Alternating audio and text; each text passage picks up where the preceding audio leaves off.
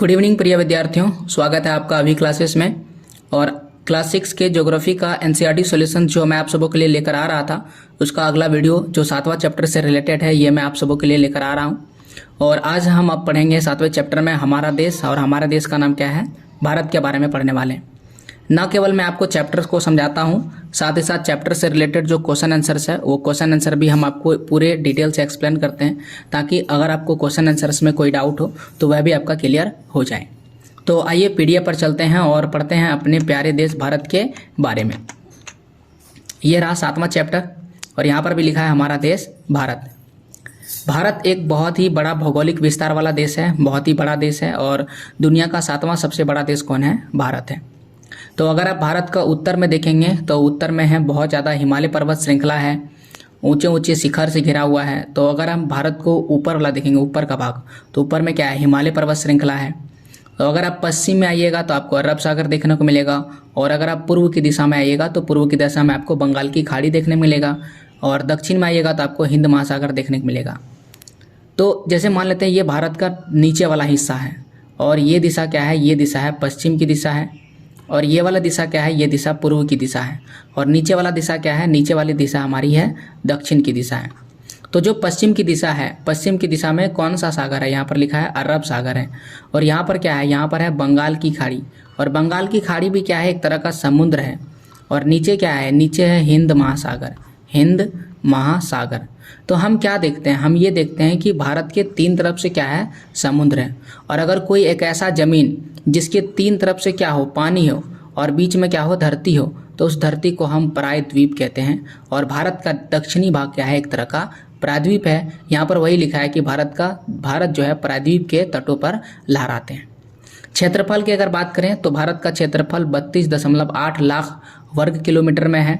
और अगर हम विस्तार की बात करें, यानी कितना दूर तक फैला हुआ है उत्तर से दक्षिण की ओर, तो अगर आप उत्तर से दक्षिण आइएगा और फिर पूरब से पश्चिम आइएगा, तो उत्तर से दक्षिण लगभग यहाँ पर लिखा है, यहाँ देख सकते हैं, कश्मीर से लेकर के कन्याकुमारी तक।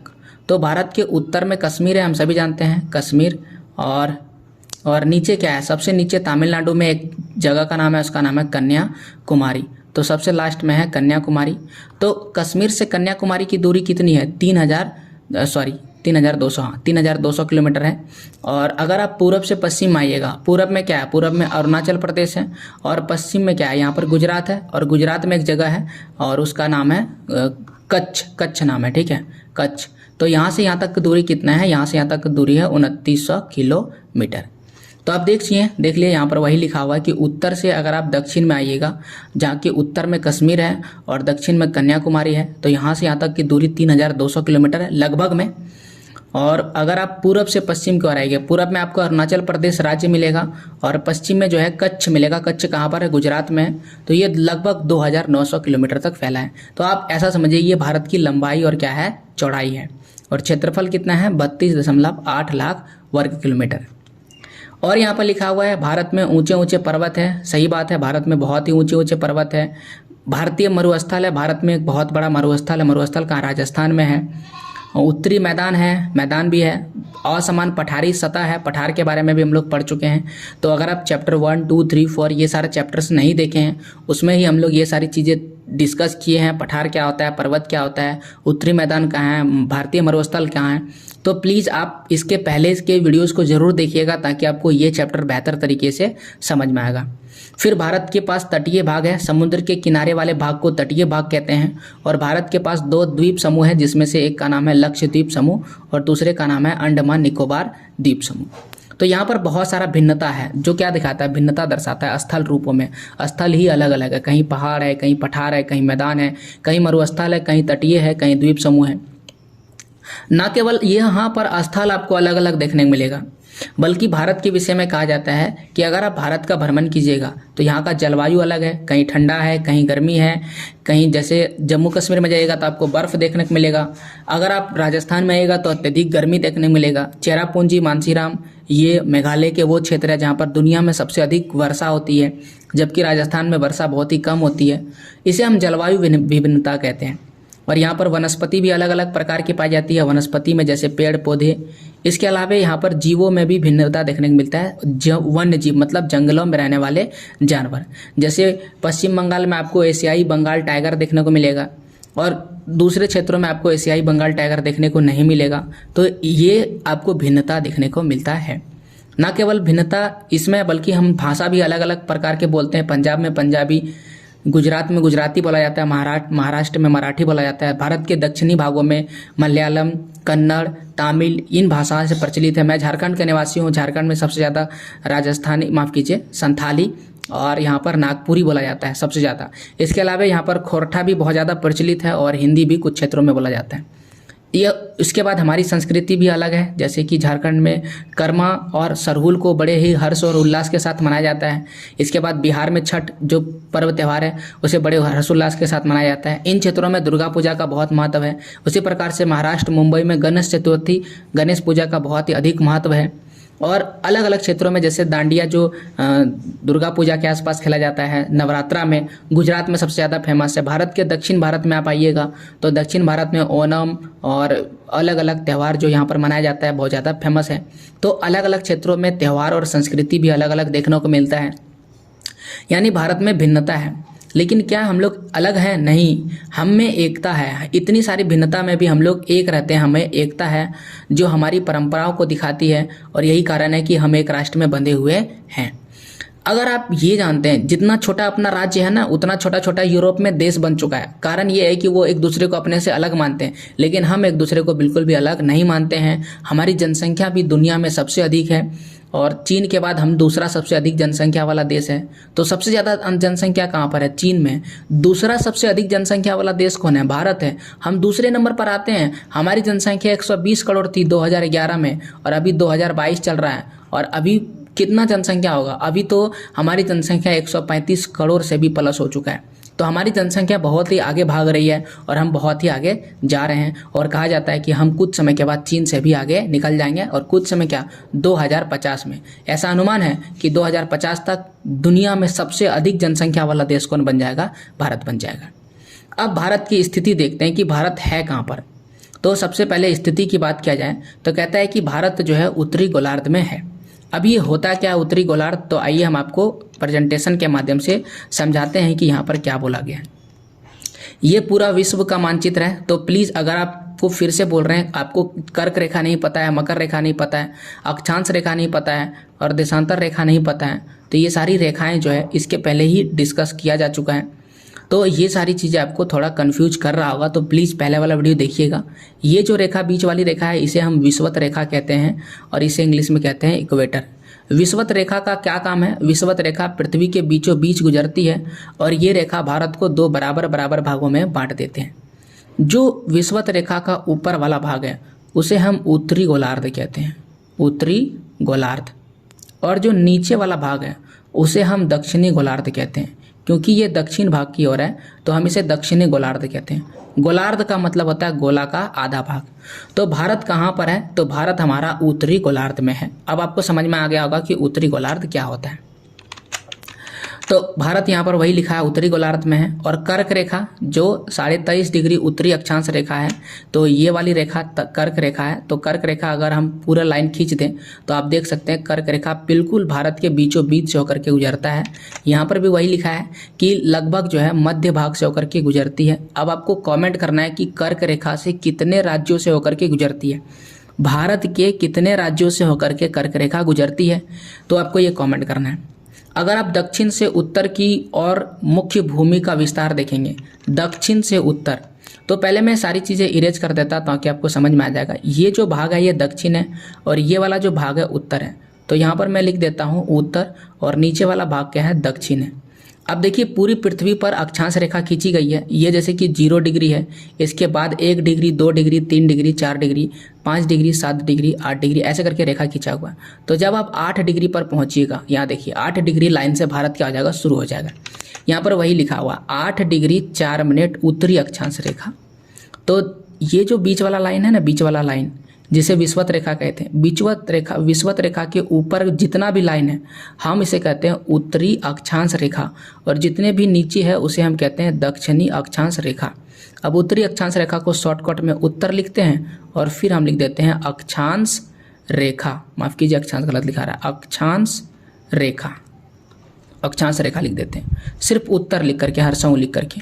यहाँ पर भी वही लिखा हुआ है, जैसे यहाँ हरसऊ लिखा है इसका मतलब उत्तरी, यहाँ पर भी हरसऊ लिखा है मतलब उत्तरी, और यहाँ पर देख सकते हैं अक्षांश रेखा लिखा हुआ है। तो क्या लिखा है फिर से हम इरेज करते हैं और आपको समझाते हैं। तो आपको बता रहे थे कि यहाँ पर मान लेते हैं 8 है, कितना है 1 2 3 4 5 6 7 8, 8 डिग्री 4 मिनट से लेकर के 9 10 11 12 25 30 35 37 डिग्री से 6 मिनट, 37 डिग्री 6 मिनट तक आपको क्या मिलेगा, भारत मिलेगा। यहाँ पर वही लिखा है 8 डिग्री 4 मिनट उत्तरी अक्षांश से लेकर के 37 डिग्री 6 मिनट उत्तरी अक्षांश तक आपको भारत मिलेगा। अब चूंकि ऊपर से नीचे यानी उत्तर से दक्षिण की ओर रेखा खींचा गया है, तो पूरब से पश्चिम की ओर भी रेखा खींचा गया ऊपर से नीचे ऐसे करके। तो यहाँ पर वही लिखा है कि पश्चिम से शुरू कीजिए, तो ये वाली दिशा क्या है, ये पश्चिम में है। तो पश्चिम से जब शुरू कीजिएगा तो यहाँ पर पहले गुजरात मिलेगा। तो गुजरात में कितना डिग्री टच कर रहा है, 68 डिग्री, यहाँ पर देख सकते हैं 68 डिग्री 7 मिनट, यहाँ पर साफ साफ लिखा है 68 डिग्री 7 मिनट। और ये कौन है, पूर्वी देशांतर है। तो यहाँ से बांटते हैं, ये जीरो है बीच में, ये जीरो क्या है बीच में। तो अगर आप गौर से देखें तो यहाँ पर जीरो दिख रहा होगा, तो जीरो के इस दिशा को हम बोलेंगे पूर्व। यहाँ पर जितना लाइन होगा सब पूर्व होगा, और जीरो के इधर जितना भी लाइन होगा वो क्या होगा, पश्चिम होगा। तो ये कौन सा लाइन होगा, ये पूर्व होगा, पूर्वी देशांतर। अभी इसके पहले मैं आपको अक्षांश बता रहा था, अभी यहाँ पर देशांतर है। तो 68 डिग्री 7 मिनट देशांतर रेखा, 59 69 70 71 72 82 85 87 98 99 97 तक है, 97 डिग्री तक, ठीक है। यहाँ पर कितना डिग्री तक, 97 डिग्री 25 मिनट तक भारत का विस्तार है। अब इसी को यहाँ पर लिखा हुआ है, यहाँ पर देखते हैं साफ साफ 8 डिग्री 4 मिनट से लेकर के 37 डिग्री 6 मिनट तक भारत मिलेगा। 68 डिग्री 7 मिनट देशांतर रेखा से लेकर के 97 डिग्री 25 मिनट तक क्या मिलेगा, भारत मिलेगा। अगर हम विश्व को पूर्वी एवं पश्चिमी गोलार्ध में बांटते हैं, क्या बोल रहा है, अभी मैंने आपको उत्तरी और दक्षिणी गोलार्ध में बांटा था, और अब आपसे पूछ रहा है पूर्वी और पश्चिमी गोलार्ध में बांटिए। तो आइए पूरे विश्व को पूर्वी और पश्चिमी गोलार्ध में बांटते हैं। ये बीच में लाइन खींचेंगे, इस दिशा को हम बोलेंगे पूर्वी गोलार्ध, क्योंकि ये दिशा पूर्व है, और इसके इस और जो अपोजिट में है ये वाली दिशा हो जाएगा पश्चिमी गोलार्ध। तो मैं इधर लिख देता हूँ पश्चिमी गोलार्ध। और अब पूछा है कि भारत किस में आएगा, तो भारत आएगा पूर्वी गोलार्ध में। तो भारत की स्थिति किस गोलार्ध में होगी, भारत होगी पूर्वी गोलार्ध में। बहुत बड़े देशांतरीय विस्तार लगभग 29 डिग्री के कारण यहाँ 2 छोर पर स्थित स्थानों, 2 छोर। तो 2 छोर कौन सा, ये पहला पूर्वी छोर ये वाला, और ये वाला छोर, ठीक है, इन दोनों के बीच में। अब एक चीज़ आप पहले समझिए, कभी भी सूरज जब उगेगा तो सूरज पूरब में उगेगा। तो सबसे पूरब में कौन है, सबसे पूरब में जापान है। सबसे पहले अगर किसी को सूरज दिखता है तो वो कौन सा देश है, जापान। इसलिए जापान को उगते हुए सूरज का देश कहा जाता है। तो सबसे पहले सूर्य दिखता है जापान को। तो जापान के ऊपर सिर पर यहाँ सूरज है, तो इसे सूरज दिख रहा है। अगर यहाँ पर भी रहेगा तब भी सूरज दिखेगा, लेकिन ये सूरज हमें नहीं दिखेगा। तो सूरज धीरे धीरे आगे बढ़ता है, यहाँ पर आया, फिर ये यहाँ पर आया, फिर ये यहाँ पर आया, और जब सूरज यहाँ पर आ जाएगा तब हमें ये दिखाई देने लगेगा। और जब ये यहाँ पर आता है तो इस गुजरात वाले को दिखाई नहीं देगा, क्योंकि यहाँ से यहाँ तक के बीच में बहुत ज़्यादा अंतर है। तो कितना डिग्री का अंतर है, यहाँ से लेकर के 29 डिग्री लिखा गया है, लेकिन हम इसे शॉर्टकट में मान लेते हैं लगभग 30 डिग्री का अंतर है।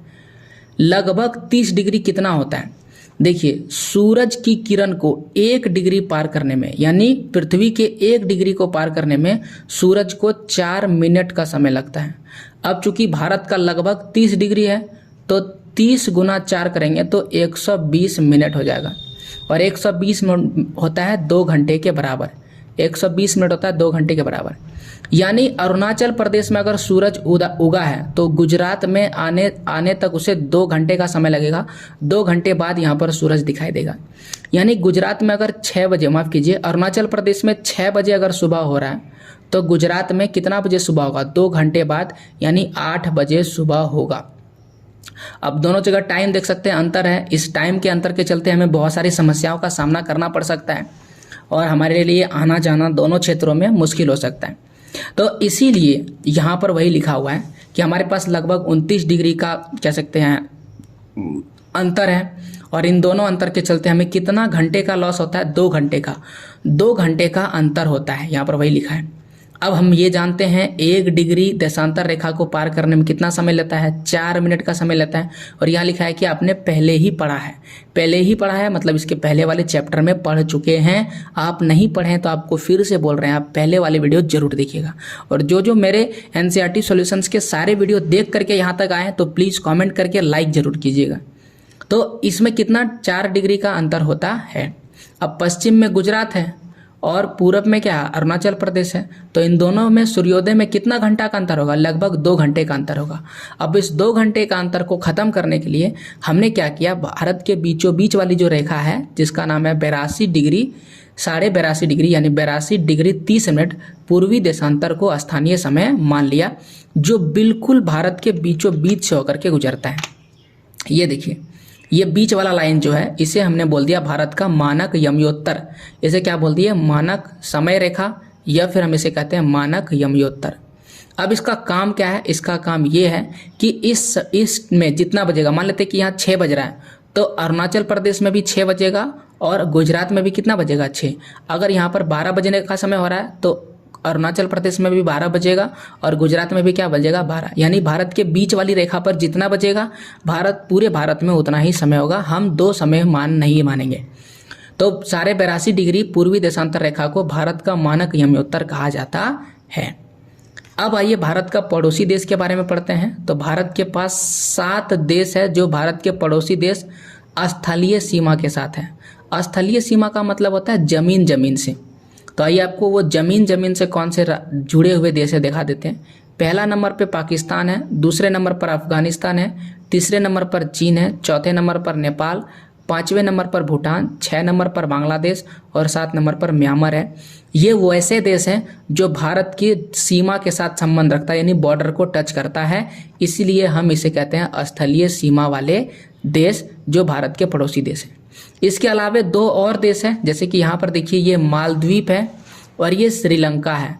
तो मालदीव और श्रीलंका भी भारत के नज़दीक है, तो ये भी हमारे लिए पड़ोसी देश है। लेकिन इनके चारों तरफ क्या है, पानी ही पानी है। तो जिसके चारों तरफ पानी होता है हम उसे कहते हैं द्वीप। जैसे श्रीलंका के चारों तरफ पानी है तो हम इसे भी क्या बोलेंगे, द्वीप या द्वीपीय देश। अब एक चीज़ याद रखिए, ये है अपना प्यारा भारत और यहाँ पर अपना पड़ोसी देश श्रीलंका है और इसके बीच में ये पानी है। और पानी क्या कर रहा है, दोनों को जोड़ रहा है पानी। और इस पानी के माध्यम से नाव चला करके हम यहाँ से यहाँ आ सकते हैं।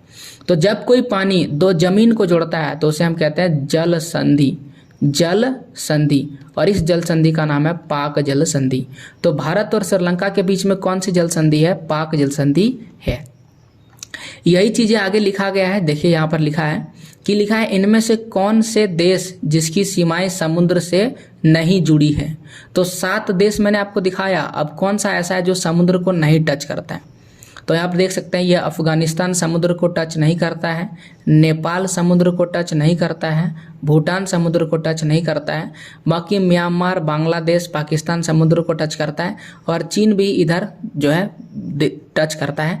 जैसा कि अगर मैं आपको मैप में दिखा दूँ यहाँ पर, तो पूरी सारी चीज़ें पहले इरेज कर लेते हैं। तो ये देखिए ये है चीन, और चीन देखिए इधर तो टच नहीं कर रहा, लेकिन इधर देख सकते हैं बहुत ज़्यादा समुद्र को टच कर रहा है। तो चीन जो है समुद्र को टच करता है, लेकिन बाकी देश समुद्र को टच यहाँ नहीं कर रहे हैं। आगे लिखा हुआ है कि दक्षिण में अगर आप आइएगा, भारत का दक्षिण में, तो यहाँ पर समुद्र में स्थित 2 द्वीप वाले देश हैं। 2 कौन कौन से हैं, जैसा कि मैंने दिखाया था आपको, पहला तो श्रीलंका है और दूसरा क्या है, मालदीव। ये हमारे पड़ोसी देश हैं। तो ऊपर में 7 है और नीचे कितना है, 2 है। उत्तर में 7 और दक्षिण में 2, तो कुल मिलाकर के हमारे पास 9 पड़ोसी देश है। और यहाँ पर लिखा है पाक जल संधि, जो कहाँ पर है, भारत और श्रीलंका के बीच में है, दोनों को अलग करता है। अब आइए भारत का प्रशासनिक विभाजन देख लेते हैं। प्रशासनिक विभाजन की बात करें तो भारत में कहता है 29 राज्य और 7 केंद्र शासित प्रदेश हैं, लेकिन यहाँ पर 29 राज्य नहीं है। तो आपको दिखाते हैं गिन के कि हमारे पास कितने राज्य हैं, क्योंकि जम्मू कश्मीर के राज्य का दर्जा हटा दिया और जम्मू कश्मीर को बना दिया केंद्र शासित प्रदेश। तो मैप थोड़ा धुंधला दिख रहा होगा, लेकिन हम आपको सारा नाम लिख के दिखाएंगे तो आपको कन्फ्यूज बिल्कुल भी नहीं होना है। तो ये देखिए, सबसे पहले हिमाचल प्रदेश, इसकी राजधानी शिमला है। दूसरा उत्तराखंड, इसकी राजधानी देहरादून है। पंजाब की राजधानी चंडीगढ़, हरियाणा की राजधानी भी चंडीगढ़ है। राजस्थान की राजधानी जयपुर, उत्तर प्रदेश की राजधानी लखनऊ, बिहार की राजधानी है बिहार का राजधानी है पटना 7 नंबर। इसके बाद 8 नंबर में सिक्किम की राजधानी गंगटोक। 9 नंबर अरुणाचल प्रदेश की राजधानी ईटानगर है। असम की राजधानी दिसपुर, इसमें 10 नंबर होगा। मेघालय की राजधानी शिलोंग है, इसका 11 नंबर मान देते हैं। और यहाँ पर नागालैंड का कोहिमा 12 नंबर और मणिपुर का इम्फाल ये 13 नंबर देते हैं। मिजोरम का आइजोल 14 नंबर और त्रिपुरा का अगरतला यहाँ 15 नंबर। इसके बाद यहाँ पर पश्चिम बंगाल की राजधानी कोलकाता 16 नंबर, झारखंड की राजधानी रांची 17 नंबर, मध्य प्रदेश की राजधानी भोपाल ये 18 नंबर, गुजरात की राजधानी गांधीनगर ये हो जाएगा 19 नंबर। तो 19 राज्य आपको बता दिए। आइए नीचे आते हैं। महाराष्ट्र की राजधानी मुंबई 20 नंबर, छत्तीसगढ़ की राजधानी रायपुर ये 21 नंबर हो जाएगा। उड़ीसा का राजधानी भुवनेश्वर हो जाएगा, ये हो जाएगा 22 नंबर। कर्नाटक का राजधानी बेंगलुरु ये हो जाएगा 23 नंबर। और तेलंगाना का राजधानी जो है वो हो जाएगा हैदराबाद, ये हो जाएगा 24 नंबर। फिर 25 नंबर आंध्र प्रदेश का राजधानी अमरावती है। 26 नंबर में केरल का राजधानी हो जाएगा तिरुवनंतपुरम। 27 नंबर पर आ जाता है तमिलनाडु का राजधानी जो है वो हो जाएगा चेन्नई। गोवा जो है 28 नंबर पर जाएगा। गोवा का राजधानी क्या हो जाता है पणजी। तो इस प्रकार से सारे राज्य हो गए, लेकिन राज्य की संख्या कितना आया 28 ही आया। अब वहाँ पर किताब में तो 29 लिखा हुआ है और हमारे पास कितने राज्य हैं 28, और हमने एक भी छोड़ा भी नहीं। तो गलती कहाँ हो रहा है? गलती ये हो रहा है कि पहले जो श्रीनगर था, जम्मू कश्मीर और श्रीनगर, इसे हम लोग क्या मानते थे, एक राज्य मानते थे, लेकिन अब इसे राज्य का दर्जा हटा दिया और ये बन गया केंद्र शासित प्रदेश। तो केंद्र शासित प्रदेश जब बन गया तो इसको 2 भागों में बांटा गया। एक का नाम है लद्दाख जिसकी राजधानी लेह है, और दूसरा है जम्मू और कश्मीर जिसकी राजधानी क्या है श्रीनगर। तो इस प्रकार से ये 2 केंद्र शासित प्रदेश बन गया, इसलिए हमारे पास एक राज्य क्या हो गया, घट गया। और वर्तमान में हमारे पास कितने राज्य हैं? हमारे पास है टोटल 28 राज्य, और 28 राज्य देखिए यहाँ पर लिख देते हैं 28 राज्य। अब केंद्र शासित प्रदेश के बारे में बताते हैं। पहले हमारे पास 7 केंद्र शासित प्रदेश था, फिर हमने 2 और केंद्र शासित प्रदेश बनाया, जम्मू कश्मीर और लद्दाख। तो हमारे पास टोटल हो गए 9 केंद्र शासित प्रदेश। लेकिन वर्तमान में हमारे पास 8 केंद्र शासित प्रदेश हैं। तो 8 केंद्र शासित प्रदेश कैसे हुआ? यहाँ देखिए दमन और द्वीप है, और यहाँ पर दादर और नगर हवेली, इन दोनों को मिला करके एक कर दिया गया है। ठीक है, दमन द्वीप दादर नगर हवेली इनको मिलाकर के एक कर दिया गया है। तो हमारे पास एक और घट गया, तो अभी हमारे पास 8 केंद्र शासित प्रदेश हैं। तो दोनों चीज़ें हम आपको बता दिए, और ये बता दी कारण कैसे हुआ। तो आपके पास कितने राज्य हैं? 28 राज्य हैं। और केंद्र शासित प्रदेश कितने? 9 नहीं, बल्कि हमारे पास कितने केंद्र शासित प्रदेश हैं? 8 केंद्र शासित प्रदेश हैं। तो प्रशासनिक विभाजन के बारे में देख लिए, आगे क्या लिखा हुआ है देखिए। बांटा गया है कितने? 28 राज्यों में और 8 केंद्र शासित प्रदेशों में बांटा गया है। दिल्ली जो है हमारे भारत की राजधानी है। राज्यों का निर्माण मुख्यतः भाषाओं के आधार पर हुआ था, जैसे गुजरात बोलता है तो गुजराती, मराठा बोलता है तो मराठी, और इसी प्रकार से अलग अलग राज्यों का निर्माण भाषा के आधार पर हुआ है। फिर क्षेत्रफल की दृष्टि से सबसे बड़ा राज्य की अगर बात करें तो सबसे बड़ा राज्य कौन सा है? राजस्थान है। और सबसे छोटा राज्य कौन सा है? गोवा है। दोनों ही राज्य मैंने आपको दिखा दिया है। राज्यों को फिर जिलों में बांटा गया है। मैं झारखंड का निवासी हूं और झारखंड को 24 जिलों में बांटा गया है। तो अगर आप किसी दूसरे राज्यों से हैं तो आप अपने राज्य में कितने जिले हैं जरूर कमेंट कीजिएगा। अब इन सभी चीज़ों के बाद आता है भौतिक विभाजन। भौतिक विभाजन को हम लोग पहले मैप में देखते हैं, फिर आपको यहाँ पर हम पढ़ाते हैं, तब हमें समझ में आसानी से आएगा। प्लीज़ बातों को समझिएगा। ये पूरा प्यारा भारत है, और भारत का जो सबसे ऊपर वाला भाग है इसे हम कहते हैं हिमालय। हिमालय पर ऊंचे ऊंचे पर्वत हैं, और इसे हम लोग उत्तरी हिमालय भी कहते हैं। हिमालय के जस्ट नीचे आ पाइएगा तो हिमालय से बहुत सारी नदियाँ निकलती है, और नदियाँ अपने साथ क्या लाती है? कीचड़, गाद, सिल्ट, ये सारी चीज़ें लाती है, और इससे जलोढ़ मृदा का निर्माण होता है। जैसे यहाँ पर आप देख सकते हैं, ये जो नदी मैं आपको दिखा रहा हूँ भाई, इस नदी का नाम है सिंधु नदी। वैसे सिंधु नदी तो भारत में ज़्यादा नहीं बहती है, ज़्यादातर पाकिस्तान में बहती है, लेकिन फिर भी इस नदी का बहुत बड़ा योगदान है भारत में। इसके बाद यहाँ पर आप देख सकते हैं ये जो नदी है ये गंगा नदी है। गंगा नदी भारत के कई राज्यों से होकर के बांग्लादेश में प्रवेश कर जाती है। उसी प्रकार से यहाँ से ब्रह्मपुत्र नदी चाइना के तिब्बत से होकर के निकलती है। तिब्बत से होते हुए ये फिर नामचा बरवा पर्वत से भारत के अरुणाचल प्रदेश राज्य में प्रवेश करती है और फिर भारत के कई राज्यों से होकर के ये फिर से बांग्लादेश में प्रवेश कर जाती है और फिर ये बांग्लादेश में प्रवेश होकर के गंगा और ब्रह्मपुत्र दोनों एक साथ मिल जाती है। इसके अलावा यहाँ पर आप देख सकते हैं ये यमुना नदी है और भी इसकी गंगा की सहायक नदी गंडक, कोसी, सोन, ये सारी नदियाँ बह रही है। उसी प्रकार से जैसे कि सिंधु नदी की सहायक नदी की बात करें, झेलम, चेनाब, रावी, सतलज, व्यास, ये सभी नदियाँ भी यहाँ बह रही है। और इन नदियों के कारण यहाँ पर बहुत बड़ा क्षेत्र ऐसा होता है जो मैदान जैसा बिल्कुल बराबर समतल भूमि बन जाता है और इसी समतल भूमि को हम लोग मैदान कहते हैं। चूंकि ये भारत के उत्तर दिशा में है इसलिए हम इसे भारत का उत्तरी मैदान कहते हैं। उसके बाद जैसे ही आप आगे बढ़िएगा तो ये राजस्थान का इलाका है और राजस्थान में आपको भारतीय महामरुस्थल मिल जाएगा। और इसके बाद जितना भी पीला रंग का एरिया है येलो कलर में, ये जो येलो कलर का एरिया है हम इसे कहते हैं पठार। तो ये पठार क्या होता है? पठार जो है वो पर्वत से थोड़ा भिन्न होता है। जैसे कि ये मेरा क्या है, ये पर्वत है जो कुछ इस प्रकार से मौजूद है, जबकि पठार क्या होता है, ऊपर वाला भाग जो है वो समतल होता है, ऊंचा ऊंचा बिल्कुल भी नहीं होता है। तो ये पर्वत है जिसे हम पहाड़ कह सकते हैं और ये क्या है, पठार है। तो पर्वत और पठार में यही अंतर होता है, पर्वत थोड़े ज़्यादा ऊंचे होते हैं जबकि पठार थोड़े कम ऊंचे होते हैं। इसके अलावा भारत के पास तटीय क्षेत्र है। तटीय क्षेत्र का मतलब होता है समुद्र का किनारा। तो भारत के पास दोनों तरफ से समुद्र का किनारा, यहाँ पर भी देख सकते हैं ये तटीय क्षेत्र है। और चूंकि ये जो पूर्व दिशा में है इसलिए हम इसे पूर्वी तटीय क्षेत्र कहते हैं और ये वाला पश्चिम में है तो हम इसे पश्चिमी तटीय क्षेत्र कहते हैं। पश्चिमी तटीय क्षेत्र में आपको अरब सागर मिल जाएगा जो भारत के पश्चिम में अवस्थित है और पूरब में बंगाल की खाड़ी, यह भी समुद्र है, तो ये आपको मिल जाएगा पूर्व दिशा में। उसके बाद भारत के अगर आप दक्षिण में आइएगा, दक्षिण दिशा में, जहाँ पर मैंने आपको श्रीलंका दिखाया था, मालदीव दिखाया था, तो यहाँ पर आपको एक समुद्र मिलेगा जिस समुद्र का नाम है हिंद महासागर। तो इस प्रकार से भारत का ये है भौतिक क्षेत्र।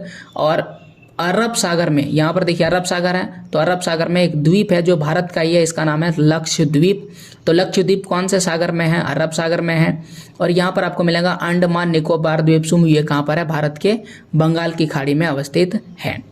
यहाँ पर भी वही लिखा हुआ है। भारत के उत्तर में आपको हिमालय मिलेगा। हिमालय मतलब होता है हिम प्लस आले और इसका मतलब होता है बर्फ का घर। हिम का मतलब होता है बर्फ और आले का मतलब होता है घर। हिमालय पर्वत को 3 अलग अलग भागों में बांटा जा सकता है। जो सबसे ऊपर है उसकी ऊंचाई सबसे ज़्यादा है, ज़्यादा बड़े बड़े पर्वत हैं, उसे हम लोग कहते हैं वृहद हिमालय या तो हम कहते हैं हिमाद्री। उसके जस्ट नीचे थोड़े छोटे छोटे पहाड़ है, पर्वत है, इसका नाम है मध्य हिमालय या तो हम इसे हिमाचल कहते हैं। उसके और नीचे आइएगा तो और छोटे छोटे पहाड़ हैं और कुछ तो ऐसे जो बिल्कुल पत्थरों के समान लगते हैं, इस लास्ट वाले को शिवालिक कहते हैं और ये सबसे दक्षिण में अवस्थित है, तो इसे हम सबसे दक्षिणी पर्वत श्रृंखला भी कहते हैं। जस्ट हिमालय के बाद जैसा कि मैंने आपको मैप में दिखाया था, आपको मिलेगा भारत का उत्तरी मैदान जो हिमालय के दक्षिण में अवस्थित है। ये मैदान सिंधु नदी, गंगा नदी, ब्रह्मपुत्र नदी और इनकी जो सहायक नदियां हैं, जैसे कि सिंधु की सहायक नदियां झेलम, चेनाब, रावी, सतलज, व्यास, गंगा की सहायक नदियां गंगा, यमुना, गंडक, कोसी, ये सारी। इसके बाद ब्रह्मपुत्र की भी सहायक नदियां की बात करें तो दिहांग है, दिबांग है। तो इन सभी सहायक नदियों से द्वारा लाया गया जो जलोढ़ निक्षेप होता है उससे बनता है। अब आपके मन में होगा कि सर जलोढ़ निक्षेप क्या होता है? तो यहाँ पर देखिए दोनों ही लिखा गया, पहला जलोढ़ निक्षेप और दूसरी है सहायक नदियाँ। तो ये नदियों के द्वारा लाई गई जो महीन मिट्टी होती है, नदियाँ महीन मिट्टी लाती है। जैसा कि अगर आप आसपास में कहीं भी नदी देखेंगे तो देखेंगे कि वो बालू लाता है। उसी प्रकार से जो बड़ी बड़ी नदियाँ होती है जो हिमालय क्षेत्र से बहती है वो अपने साथ महीन मिट्टी लाती है जिसको अपने बेसिन में मतलब आसपास में फैला देती है। इसे ही हम जलोढ़ निक्षेप कहते हैं। सहायक नदियों की बात करें तो वह नदियां जो क्या करती है, बड़ी वाली नदी जिसे हम मुख्य नदी कहते हैं उसकी तरफ आकर के मिलती है और उसके जल को मुख्य नदी में विसर्जित कर देती है, मतलब अपना सारा पानी उस नदी में मिला देती है। वैसे नदी को सहायक नदी कहते हैं। तो जलोढ़ मृदा आपको समझ में आ गया। जलोढ़ मृदा बहुत ज़्यादा कृषि के लिए उपजाऊ मृदा होती है और ये भूमि को उपजाऊ प्रदान करती है। यही कारण है कि जो मैदान है वो बहुत ज़्यादा जनसंख्या रखती है, क्योंकि मैदान में उपजाऊ मृदा है। उपजाऊ मृदा में लोग रहना पसंद करते हैं क्योंकि उसे खेती के लिए अपना सारा सुविधा मिल जाता है। भारत का पश्चिम में आपको भारतीय मरुस्थल मिलेगा, जैसा कि आपको दिखा दिए भारतीय महामरुस्थल। और मरुस्थल कैसा? सूखा मरुस्थल है, बिल्कुल गर्म है और बिल्कुल रेतीला है, मतलब यहाँ पर रेत ही रेत देखने को मिलेगा। यहाँ पर वनस्पति की मात्रा बहुत कम है, यानी पेड़ पौधे बिल्कुल ही कम मात्रा में मौजूद है। उत्तरी मैदान के दक्षिण में प्रायद्वीपीय पठार देखने को मिलेगा। पीला पीला रंग जो आपको दिखाए थे उसे हम प्रायद्वीपीय पठार कहते हैं और इसकी आकृति त्रिभुजाकार है। कैसे त्रिभुजाकार है आइए आपको एक बार मैप में दिखा देते हैं। जैसा कि आप देख सकते हैं, सारी चीज़ें पहले मिटा देता हूँ ताकि आपको समझ में आ जाएगा। पर्वत पठार, ये बिल्कुल आप याद रखिएगा, ये सारी चीज़ें बहुत इंपॉर्टेंट है। जब आप भारत का भौतिक स्वरूप क्लास 9th में पढ़िएगा तो ये आपको बहुत ज़्यादा सहायता करेगा। तो आप इसका नोट्स भी बनाते चलिएगा साथ साथ में जो हम लिख रहे हैं। जैसे कि ऊपर में देख सकते हैं ये चौड़ा है और नीचे धीरे धीरे क्या हो गया, सकरा हो गया। तो ये क्या बना रहा है, एक त्रिभुज बना रहा है। ये यहाँ पर लिखा था कि भारत का जो प्रायद्वीपीय भाग है वो कैसा है, त्रिभुजाकार है। इसका धरातल काफ़ी ऊंचा नीचा होता है, जो पठार है वो ऊंचा नीचा होता है और इस क्षेत्र में बहुत सी पहाड़ी श्रृंखलाएं तथा घाटियां पर स्थित होता है। तो पहाड़ की बहुत सारा श्रृंखला होता है। पहाड़ की श्रृंखला मतलब ये देखिए, एक पहाड़, दो पहाड़, 3, 4, 5, इस तरह की पहाड़ को, बहुत सारा पहाड़ जब एक साथ रहता है तो हम इसे पहाड़ी श्रृंखला कहते हैं। और यहाँ पर घाटियाँ भी अवस्थित होते हैं। इसके उत्तर पश्चिम में अरावली श्रृंखला है। तो एक बार मैं आपको अरावली श्रृंखला दिखा देता हूँ, विंध्या और सतपुड़ा भी दिखा देता हूँ। तो ये भारत का मानचित्र है। यहाँ पर देख सकते हैं, अगर आप मरुस्थल से थोड़ा ये देखिए, भारतीय मरुस्थल देखिएगा तो यहाँ पर ये है अरावली श्रृंखला। तो अरावली श्रृंखला क्या है, यहाँ पर ऐसे करके पहाड़ है बहुत सारा, इसलिए इसका नाम है अरावली श्रेणियाँ। उसी प्रकार से भारत में यहाँ पर देख सकते हैं ये है विंध्या श्रेणी यहाँ पर, और उसके नीचे आप देख सकते हैं यहाँ पर सतपुड़ा श्रेणी।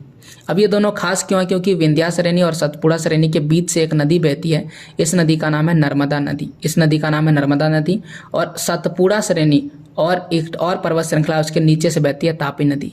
भारत की ये दो ऐसी नदियां हैं जो इस ओर बहती है। ये कौन सी दिशा है, ये पश्चिम की दिशा है, इसलिए यहाँ पर यह बात लिखा गया। तो आगे देखते हैं क्या लिखा हुआ है। यहाँ पर वही लिखा हुआ है, अरावली श्रृंखला जो विश्व की सबसे पुरानी श्रृंखला है। इसके अलावा विंध्या श्रेणी और सतपुड़ा श्रेणी भी आपको दिखा दिए। और इन दो श्रृंखलाओं यानी कि ये जो पर्वत है, इनके बीच से होकर के दो नदियाँ बहती है। पहली नदी है नर्मदा नदी और दूसरा है तापी। तापी को तप्ती भी कहीं कहीं लिखा हुआ मिल जाएगा। ये दो नदियां ऐसी है जो पश्चिम की ओर बहने वाली नदियां हैं जो अरब सागर में गिरती है। बाकी सारी नदियां किधर गिरती है, बंगाल की खाड़ी में। इस पठार के पश्चिम में पश्चिमी घाट है सह्याद्री तथा पूर्वी में पूर्वी घाट है, या तो हम इसको सह्याद्री कहते हैं पश्चिमी घाट को। तो पश्चिम ये है, पश्चिम और पश्चिम में पश्चिमी घाट, और ये पूरब में कौन से घाट है, पूर्वी घाट है। घाट भी मैंने आपको दिखा दिया। पश्चिम घाट का विस्तार एक समान है, तो पश्चिम घाट का विस्तार एक समान है, जबकि पूर्वी घाट के बीच टूटा हुआ या असमान है। तो ये क्या बोल रहा है, देखिए ये एक तरह का पर्वत श्रृंखला है। तो अगर मैं आपको मैप में दिखाऊं तो पश्चिमी घाट क्या है, ठीक से देखिए। तो ये जो आपको दिख रहा है, ये वाला लाइन जो दिख रहा है, ये क्या है, ये है पश्चिमी घाट। और पश्चिमी घाट देख सकते हैं बिल्कुल टूटा हुआ नहीं है, बिल्कुल लगातार है, इसलिए कहता है पश्चिमी घाट बिल्कुल सतत है। जबकि पूर्वी घाट की अगर बात करें तो देखिए यहाँ पर एक टूटा हुआ भाग दिख रहा है, फिर ये बीच में टूटा हुआ भाग दिख रहा है, फिर यहाँ पर आपको टूटा हुआ भाग दिख रहा है। तो ये बिल्कुल ही टूटा हुआ भाग है पूर्वी भाग, और इसे हम कहते हैं असमान या असतत कहते हैं। अब आपको समझ में आ गया होगा कि यहाँ पर क्या बोला जा रहा है। इन पठारों में बहुत ज़्यादा खनिज है, खनिज जैसे कि यहाँ पर कोयला है, लोहा है, जो हमारे लिए बहुत ज़्यादा उपयोगी है। पश्चिमी घाट, जैसा कि मैंने आपको दिखाया, पश्चिमी घाट, पश्चिम घाट का पश्चिम में, तो ये पश्चिम घाट है पहाड़, और पहाड़ का और पश्चिम में जाएगा तो ये समुद्र का किनारा मिलेगा, और ये जो समुद्र का किनारा है इसे हम कहते हैं पश्चिमी तट, और पूर्वी घाट में मिलेगा पूर्वी तट। और चूंकि ये मैदान की तरह है तो हम इसे पूर्वी तटीय मैदान कहते हैं। पश्चिमी तटीय मैदान थोड़ा सकरा है, जबकि पूर्वी तटीय मैदान सकरा नहीं है। तो यहाँ पर क्या बोला जा रहा है, आइए आपको दिखाते हैं।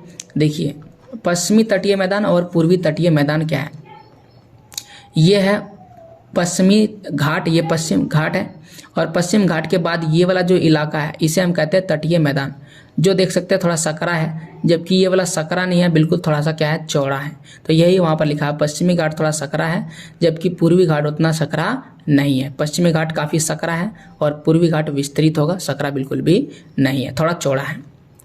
यह पूर्व की ओर बहने वाली नदियाँ, कई नदियाँ हैं, जैसे कि यहाँ पर महानदी बहती है, गोदावरी बहती है, कृष्णा बहती है और कावेरी। और ये सभी नदियाँ कहाँ पर मिलती है, बंगाल की खाड़ी में गिरती है। ये नदियाँ अपने मुहाने पर उपजाऊ डेल्टा का निर्माण करती है। मुहाने का मतलब होता है जब पानी समुद्र में मिलने लगता है तो उसे हम मुहाने कहते हैं।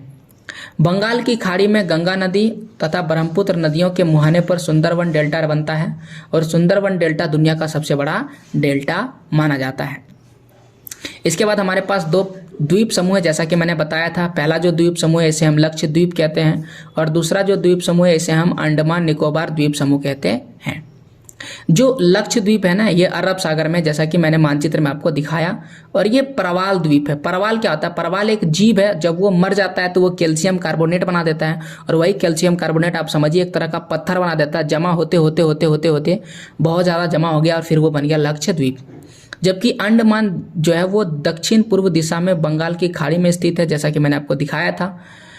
फिर बोल रहा है कि कौन सा द्वीप समूह वर्ष 2004 में सुनामी से प्रभावित हुआ था? तो ये है अंडमान निकोबार द्वीप समूह। इसमें 2004 में एक बहुत ही भयंकर सुनामी आया था, और भारत का सबसे दक्षिणी बिंदु जिसका नाम है इंदिरा बिंदु या फिर हम इसे कहते हैं इंदिरा पॉइंट, ये पूरी तरह से पानी में डूब गया। अभी भी ये डूब चुका है। समाचार पत्रों तथा लोगों से बातचीत करके जानकारी प्राप्त कीजिए कि जब सुनामी भारतीय तट से टकराती है तो किस प्रकार लोगों ने अलग अलग तरीके से इस चुनौती का सामना किया। तो बहुत ज़्यादा तरीके हैं, जैसे कि सुनामी से बचने के लिए लोग क्या करते हैं, उन स्थानों को छोड़ देते हैं। बहुत सारे लोग ऐसे हैं जो सुनामी से बचने के लिए उन स्थानों को छोड़ देते हैं। कई ऐसे लोग हैं जो ऊंचे स्थानों पर अपने मकान बनाने लगे हैं, लेकिन सुनामी का सामना करना बिल्कुल ही नामुमकिन सा लगता है। जब समुद्र का जो सागर है वहां पर तरंग उठता है, ये मान लेते हैं कि समुद्र का सागर है और ये पानी है, तो समुद्र के नीचे जब भूकंप आता है तो भूकंप के चलते नीचे धरती डोलती है, और धरती डोलने के चलते पानी का उछाल होता है, और यही पानी का उछाल क्या होता है, सुनामी बन के निकलता है। तो ये आपसे पूछेगा कि जो सुनामी है उसका मेन कारण क्या है, तो समुद्र के नीचे जो भूकंप उठता है उसके कारण ही सुनामी आती है। आइए पढ़ते हैं, यहाँ पर लिखा है, क्या आप जानते हैं? तो क्या लिखा है कि जो प्रवाल होते हैं, प्रवाल जो है छोटे समुद्री जंतुओं के कंकाल है। जैसा कि मैंने आपको बताया कि जो हमारा लक्षद्वीप है वो किससे बना है, प्रवाल से बना है। तो हम लिखेंगे कि जो प्रवाल है वो छोटे जो समुद्री जंतु होते हैं उनके कंकाल है, जिसे पॉलिप कहा जाता है। जब जीवित पॉलिप, जो पॉलिप है, ठीक है ना, जो पॉलिप है जब वो मरते हैं तो उनका कंकाल बच जाता है, और अन्य पॉलिप की वृद्धि इन ठोस कंकालों के ऊपर होता है। धीरे धीरे ये जम जाता है, फिर उसके ऊपर पॉलिप मरता है, फिर उसके ऊपर कंकाल बचता है, और ये बढ़ते बढ़ते काफी ऊंचे हो जाते हैं तथा इस प्रकार प्रवाल द्वीपों का निर्माण करते हैं। और जो लक्षद्वीप है वो एक तरह का प्रवाल द्वीप है, और यहाँ पर जो आपको द्वीप दिख रहा है ये भी एक तरह का क्या है, प्रवाल द्वीप है, और ये ऐसे ही धीरे धीरे बनते हैं। यहाँ पर एक और लिखा है, क्या आप जानते हैं गंगा एवं ब्रह्मपुत्र नदियां जो है विश्व का सबसे बड़ा डेल्टा का निर्माण करती है, जिसका नाम है सुंदरबन डेल्टा कहा जाता है।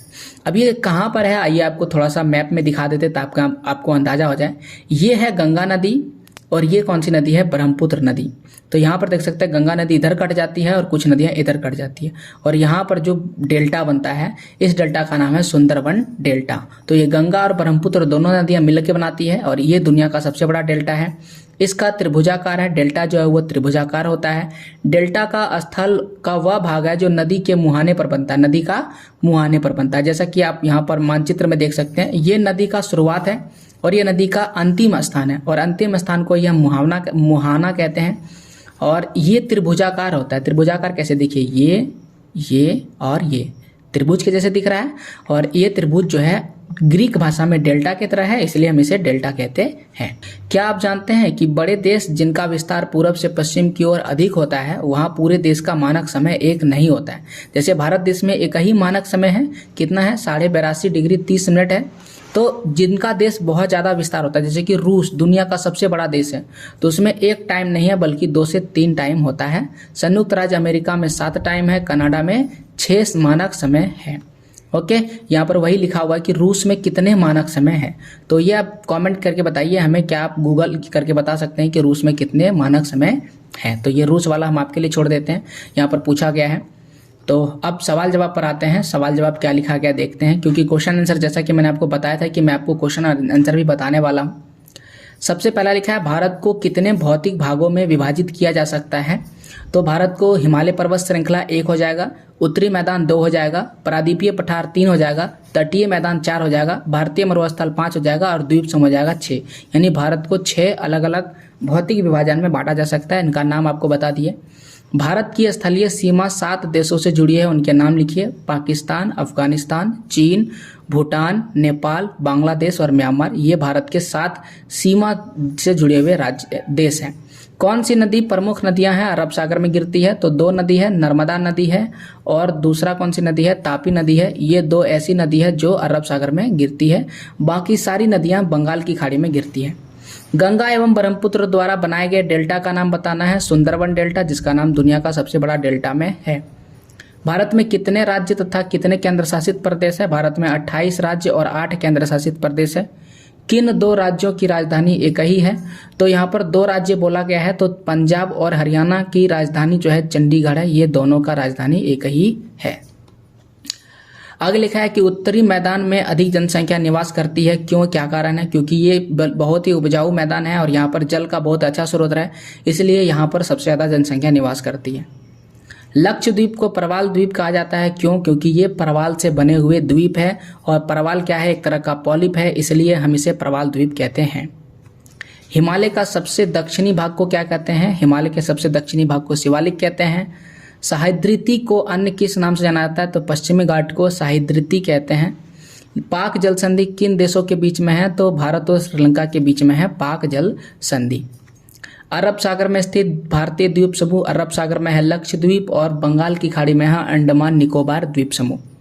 भारत की सबसे पुरानी पर्वत श्रृंखला अरावली श्रृंखला सबसे पुरानी पर्वत श्रृंखला मानी जाती है। Fill in the blanks.